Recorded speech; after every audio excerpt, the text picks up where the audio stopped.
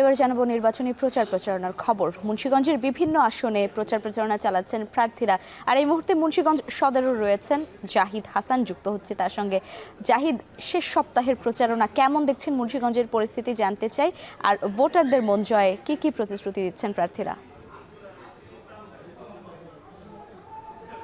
মুন্সিগঞ্জে সকাল থেকেই রয়েছি, এখানে 3টি আসনেই ঘুরেছি। সেখানে মুন্সিগঞ্জ 1 আসনে বিএনপির 2জন প্রার্থী রয়েছেন। একজন দলীয় প্রার্থী রয়েছেন আব্দুল্লাহ, তিনি ধানের শীষ প্রতীক নিয়ে নির্বাচন করছেন, এবং তার সঙ্গে রয়েছেন জামায়াত ইসলামের প্রার্থী মাওলানা একেএম ফখরুল রাজি।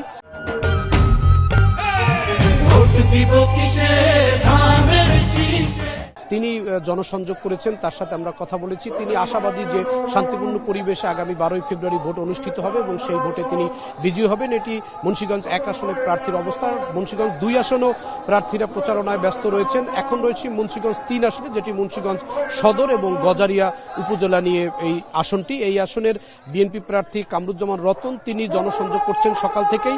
এখন তিনি এই মুন্সিগঞ্জ শহরের পাশেই একটি বাগেশ্বর বাজার নামে একটি এলাকায় রয়েছেন, সেখানে তার নেতাকর্মীরা রয়েছেন, তার জন্য অপেক্ষা করছেন। তিনি এখানে আসবেন। একই সঙ্গে তার সঙ্গে বিদ্রোহী প্রার্থী রয়েছেন বিএনপি থেকে, যিনি বিএনপির মুন্সিগঞ্জ জেলা বিএনপির সদস্য সচিব, তিনি নির্বাচন করছেন মহিউদ্দিন আহমেদ। তার আপন ভাই এই এলাকার এমপি ছিলেন, তিনি এখানে প্রার্থিতা করছেন। এবং কামরুজ্জামান রতন, তিনি সাবেক ছাত্রনেতা এবং এবারে তিনি প্রথম নির্বাচন করছেন। তিনি এই বিএনপির কেন্দ্রীয় কমিটির সমাজ কল্যাণ বিষয়ক সম্পাদক। এর আগে তিনি বিএনপি মুন্সিগঞ্জ জেলার সদস্য সচিবের দায়িত্ব পালন করেছিলেন। তিনি নমিনেশন পাওয়ার আগে, অর্থাৎ তাকে দল মনোনীত করার আগে তিনি এই দায়িত্ব থেকে বাদ পড়েন।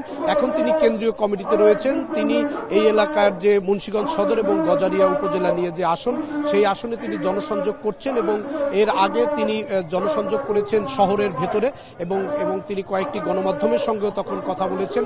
তিনি তার যারা সমর্থক রয়েছেন এবং কামরুজ্জামান রতনের যিনি প্রার্থী রয়েছে, এবং তিনি বলছেন যে তারা আগামী দিনের যে 12ই ফেব্রুয়ারি যে ভোট হবে, সেই ভোটের দিন তারা শান্তিপূর্ণ পরিবেশে ভোট চান এবং সম্পক্ষের তারা অবস্থান চান।